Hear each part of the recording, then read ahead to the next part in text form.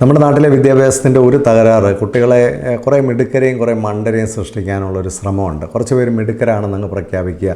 കാരണം നമ്മുടെ examination system ആയാലും നമ്മുടെ സിലബസ് ആയാലും കുറേ അക്കാഡമിക് ആയിട്ടുള്ള കാര്യങ്ങളെല്ലാം പഠിക്കുന്ന ഒരു മിടുക്കരും അതും പറ്റാതെ പോകുന്ന അല്ലെങ്കിൽ അതിനകത്ത് താല്പര്യമില്ലാത്തവരെല്ലാം മണ്ടന്മാരും എന്ന് ചിത്രീകരിക്കുന്ന ഒരു രീതി പലപ്പോഴും നമ്മുടെ വിദ്യാഭ്യാസത്തിനുണ്ട്. വളരെ അപകടകരമായ കാര്യമാണ്. അക്കാഡമിക് ആയിട്ടുള്ള കാര്യങ്ങളിൽ താല്പര്യമോ ഇഷ്ടമോ ഇൻ്റലിജൻസോ ഉള്ളവർ തീർച്ചയായിട്ടും മിടുക്കരാണ്. അതുകൊണ്ട് മറ്റാരും മണ്ടരാവുന്നില്ല. മറ്റ് പലതരത്തിലുള്ള ഇൻ്റലിജൻസുകളുണ്ട്.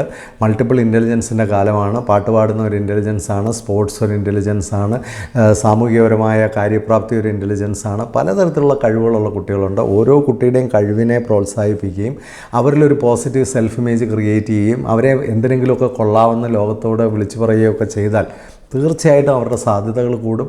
അവർ പഠനത്തിലും കുറേ കൂടെ സീരിയസ് ആവാൻ സാധ്യതയുണ്ട്. വിലയുള്ളവരാക്കി ഓരോരുത്തരെയും മാറ്റാനുള്ള ഉത്തരവാദിത്തമാണ് അധ്യാപനം. വിലയുള്ളവരാക്കി മാറ്റുന്നൊരു പ്രക്രിയ ആയിരിക്കണം വിദ്യാഭ്യാസം.